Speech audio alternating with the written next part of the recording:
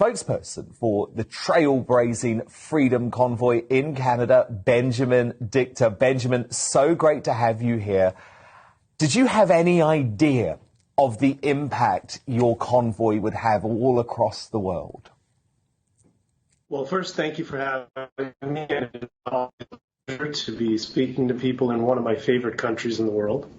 It's great to have No, you. we had no idea. It was, I don't want to say an act of desperation, but it did certainly feel like that when it started. There were some convoys that were run a couple of years ago with some moderate success, but unfortunately, they got involved with political parties and then it quickly died.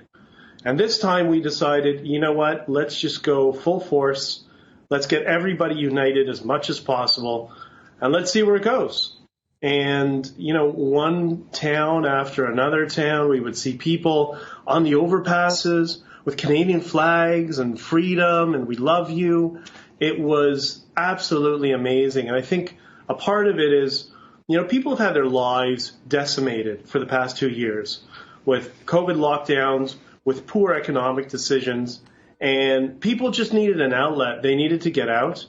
And finally, a group of hardworking class people stood up and we said, well, we have the means, we have the resources, let's lead it and see who follows. And everybody came on board. And you know what's beautiful about it? It's not a politically partisan issue.